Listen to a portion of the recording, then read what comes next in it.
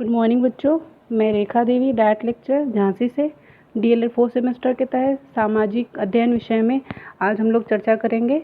General awareness के topic के तहत हम लोग चर्चा करेंगे कोरोना वैश्विक महामारी कोविड-19 जो आज एक वैश्विक महामारी बन चुका है। इसके विषय में विस्तृत रूप से चर्चा करेंगे। कोविड-19 कोरोना नाम इसका चाइना ने दिया है और कोविड-19 WHO ने इस वायरस का नाम दिया है कोविड-19। अब जानते हैं कि ये वायरस क्या है। अब हम लोग इस लेक्चर में जानने की कोशिश करेंगे क्या है कोरोना वायरस, कैसे फैलता है, इसके कारण क्या हैं, इसके लक्षण क्या हैं, सिम्टम्स और इसका बचाव हम कैसे करें, उसके उपायों के विषय में हम लोग चर्चा करेंगे।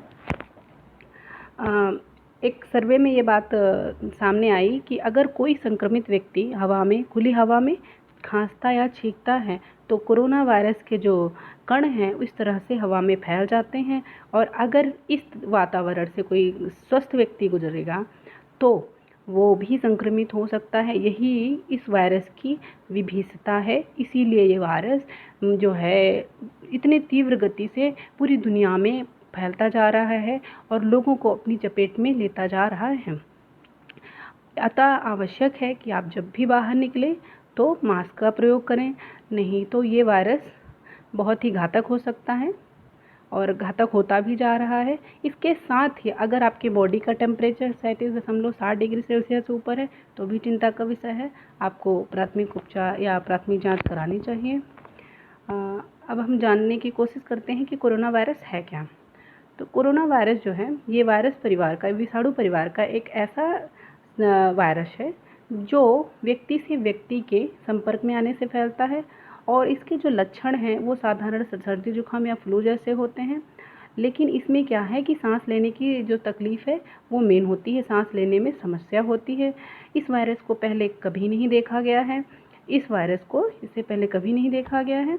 WHO के मुताबिक ये साधारण खांसी, बुखार और सांस लेने में तकलीफ़ इसके प्रमुख लक्षण हैं। अब तक इस वायरस को फैलने से रोकने वाला कोई टीका नहीं बना है। यह वायरस सबसे पहले चीन के वुहान शहर में जो है ये संक्रमण सबसे पहले फैलता है और फिर धीरे धीरे व्यापार, वाणिज्य, व्यवसाय और लोगों के आवागमन के माध्यम से ये पूरी दुनिया में फैल जाता है और आज ये पूरी दुनिया को अपनी चपेट में लिए हुए हैं। तो इस वायरस को और अधिक ना फैले, इससे बचने के लिए, इसको रोकने के लिए हमें इसके विषय में जानना भी बहुत आवश्यक है कि ये वायरस क्या है। इस वायरस के लक्षण, ये महामारी जो वायरस है इसके सामान्य लक्षण क्या है। अगर कोई व्यक्ति संक्रमित हो जाता है तो पहले जो इसके लक्षण सामने आ रहे थे वो है तेज बुखार होता था, सांस लेने में तकलीफ कोरोना वायरस की सबसे बड़ी समस्या है क्योंकि कोरोना वायरस जो है हमारे फेफड़ों में सीधे अटैक करता है और उनको धीरे धीरे निष्क्रिय कर देता है। तो सांस लेने में तकलीफ, खांसी, सीने में तेज़ दर्द, चेहरा या होंठ नीला पड़ना, ये इसके शुरुआती लक्षण थे। लेकिन अब कोरोना वायरस जो है अपना रूप बदलता जा रहा है।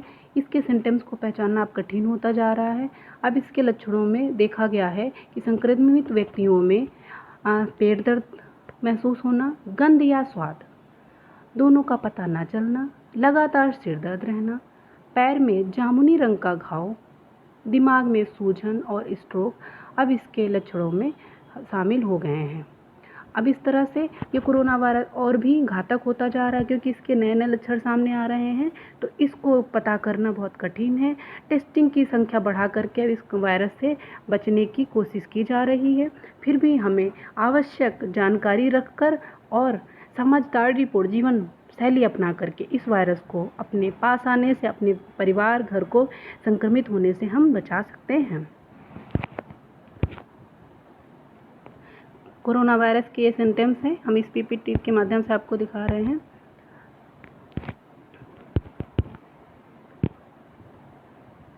कोरोना वायरस के लक्षण, इसके लक्षण जो हैं सामान्य फ्लू से मिलते जुलते हैं। इसके संक्रमण के बाद व्यक्ति में बुखार होता है, तेज़ बुखार होता है और जुकाम, सांस लेने में तकलीफ, नाक बहना, गले में खराश होना आदि दिक्कतें आती हैं। यह वायरस एक व्यक्ति से दूसरे व्यक्ति में बड़ी तेज़ी से फैलता है और इसीलिए बहुत ही हमें सावधानी रखनी चाहिए। जब भी हम बाहर निकलें, जब भी बाहर से कोई सामान लाएं, तो हमें बहुत ही सावधानी रखनी चाहिए। जो आवश्यक रूप से हमें मास्क पहनना चाहिए, ग्लव्स का इस्तेमाल करना चाहिए और क्या कहते हैं, बीच बीच में हाथों को सैनिटाइज करते रहना चाहिए। और घर आने पे अपने हाथों को लगभग 20 सेकेंड से 40 से 42 सेकेंड तक साबुन से अच्छे से हाथ धुलना चाहिए, जिससे कि अगर हम क्या कहते हैं, इस वायरस की चपेट में आ भी गए हैं तो यह वायरस जो है निष्क्रिय हो जाए और हमें संक्रमित होने से बच जाए। इसके साथ ही ये वायरस जो है अधिक उम्र दराज लोगों के लिए अधिक घातक है। साथ ही जिन लोगों को सांस से संबंधित बीमारियां या समस्याएं पहले से हैं, उनके लिए ये वायरस अधिक खतरनाक है। जैसे अस्थमा जिन्हें है, डायबिटीज़ है या हार्ट अटैक की समस्या, हार्ट की समस्या है, उनके लिए यह जो कोरोना वायरस है और अधिक घातक साबित हो रहा है। इससे बचाव के लिए हमारे भारत सरकार ने आरोग्य सेतु ऐप चलाया है कि मैं सुरक्षित, हम सुरक्षित और भारत सुरक्षित। तो इस कोरोना आरोग्य सेतु ऐप में रजिस्टर करके आप जो है अपना स्वयं का परीक्षण कर सकते हैं कि आप में कोई कोरोना वायरस जैसे लक्षण तो नहीं प्रतीत हो रहे हैं। इसके साथ ही आपके आसपास के दायरे में अगर कोई संक्रमित व्यक्ति है तो इसकी जानकारी भी आरोग्य सेतु ऐप देता है। इसके साथ ही स्वास्थ्य मंत्रालय जो है बीच बीच में अपनी गाइडलाइंस के द्वारा जो है हमें दिशा निर्देश देते रहते हैं, प्राप्त होता रहता है कि हमें कैसी जीवन शैली अपनाना है कि हम कोरोना वायरस से बच सकें। तो ये स्वास्थ्य मंत्रालय का गाइडलाइन है कि हमें हाथों को बीच बीच में हाथों को साबुन से धोते रहना चाहिए, अल्कोहल आधारित हैंड सैनिटाइज़र का प्रयोग करना चाहिए, खांसते और छींकते समय रुमाल या टिश्यू का प्रयोग करें। घर में बाहर हैं तो आप आवश्यक रूप से मास्क पहनें और जिन व्यक्तियों में सर्दी जुकाम या फ्लू के लक्षण हों उनसे उचित दूरी बनाकर रखें। इस दूरी के विषय में पहले कहा गया था WHO ने कि 1 मीटर और 3 फीट की दूरी, लेकिन इस बीमारी की विभिन्नता को देखते हुए जो 2 मीटर और 6 फीट की दूरी जो है निर्धारित कर दी गई है, सोशल डिस्टेंसिंग की इतनी दूरी हमें रखनी चाहिए, जिससे कि हम संक्रमित व्यक्ति के संपर्क में या संक्रमित होने से हम बच सकें। इसके साथ ही इस कोरोना वायरस से बचने के लिए हमें जंगली जानवरों के संपर्क में नहीं आना चाहिए और जंगली जानवरों के संपर्क में आने से बचें। अंडे और मांस के सेवन से बचें, तो हम कोविड-19 के संक्रमण से बच सकते हैं। इसके साथ ही हमारी उत्तर प्रदेश सरकार ने आयुष कवच को कोविड नाम से ऐप चलाया है, जिससे कि हम इस कोरोना वायरस महामारी से लोगों के बीच में जो है जागरूकता फैला सकें। लोगों को सुरक्षा को देखते हुए यह ऐप सरकार ने चलाया है। यह ऐप जो है आयुर्वेद में मौजूद जड़ी बूटियों और चिकित्सा पद्धति पर आधारित है। हमारे आयुर्वेद शास्त्रों में इस प्रकार के किसी भी वायरस से लड़ने के लिए शरीर की प्रतिरोधक क्षमता विकसित करने से जुड़े तमाम तथ्य उपलब्ध हैं। यह ऐप प्राकृतिक संसाधनों में जो हमारी इम्यूनिटी को बढ़ाने के लिए जानकारी दी गई है उनका अपडेट देगा कि हमें कौन कौन सी जड़ी बूटियों का अपने दैनिक जीवन में प्रयोग करना है कि हम कोविड-19 से लड़ने के लिए तैयार रहें, हमारी इम्यूनिटी स्ट्रांग हो। अगर हम किसी कारणवश हम कोरोना वायरस से संक्रमित हो जाएं तो हम अतिशीघ्र जो है स्वस्थ हो जाएं।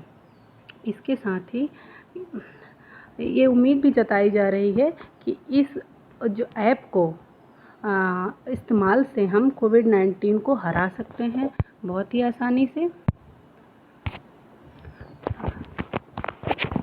और कोविड-19 के जो वायरस से मृत्यु दर है, इसमें 9 साल तक के बच्चों में 0%, 10 से 39 वर्ष के लोगों में 0.2% और 40 से 49 वर्ष के लोगों में 0.4%, 50 से 59 वर्ष के लोगों में 1 से 3% मृत्यु दर के केसेस आए हैं और 60 से 69 वर्ष के लोगों में 3.6% और 60 से 69 वर्ष के लोगों में 3.6%, 70 से 79 वर्ष के लोगों के बीच में 8% और 80 से अधिक वर्ष के लोगों में 14.8% जो है मृत्यु दर की संभावना अधिक रहती है। कोरोना वायरस से अगर आप संक्रमित हो गए तो क्या है कि ये है 60 से 80 आयु वर्ग के लोगों के लिए अधिक घातक है। इससे 60 से 80 वर्ग के लोगों जो हैं अधिक उनकी इम्यूनिटी कमज़ोर होती है, वो इतने स्ट्रॉन्ग नहीं होते शारीरिक रूप से इस बीमारी को लड़ पाएँ, या कोई ना कोई पहले से ही किसी न किसी बीमारी से ग्रसित होते हैं, जिसके कारण वो कोविड-19 से हार जाते हैं। लेकिन ये सारी गाइडलाइन अपना करके, स्वस्थ जीवन शैली अपना करके, अपने आयुर्वेद शास्त्रों की जड़ी बूटियों को अपने दैनिक जीवन में शामिल करके हम इस कोरोना वायरस कोविड-19 महामारी को क्या है हरा सकते हैं, अपने देश दुनिया से इसको ख़त्म कर सकते हैं। और हम क्या कहते हैं, इस कोविड-19 बीमारी को का टीका बनने से पहले इस बीमारी को हम कमज़ोर कर देंगे, ये सारी जीवन शैली अपनाकर सोशल अवेयरनेस के माध्यम से। Thank you.